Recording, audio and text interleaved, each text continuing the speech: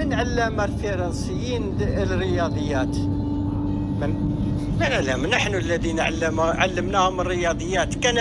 كانوا يعرفون يحسبون الفرنسيين، كانوا يعرفون الفيزياء او الكيمياء، حتى العطور تاعهم هذه لارين دونغري كل شيء منا من معسكر، من الشيح نتاع معسكر وكانوا من علهم يغتسلوا، كانوا هما بروحهم يشهدوا على انفسهم، كانوا لي بلي كانوا اوسخ الناس، ما يغتسلوش، حتى الملوك تاعهم ما كانوش يغتسلوا، الرائحه تاعهم كانت لا تطاق. شكون علمهم قواعد تاع النظافه؟ هادو اللي راهم يقولوا متحضرين، هادو اللي راهم يقولوا احنا عندنا الحضاره.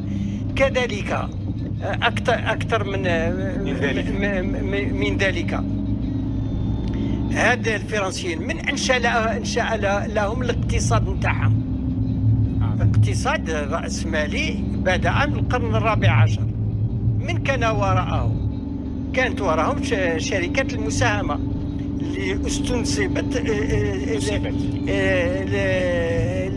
استخلصت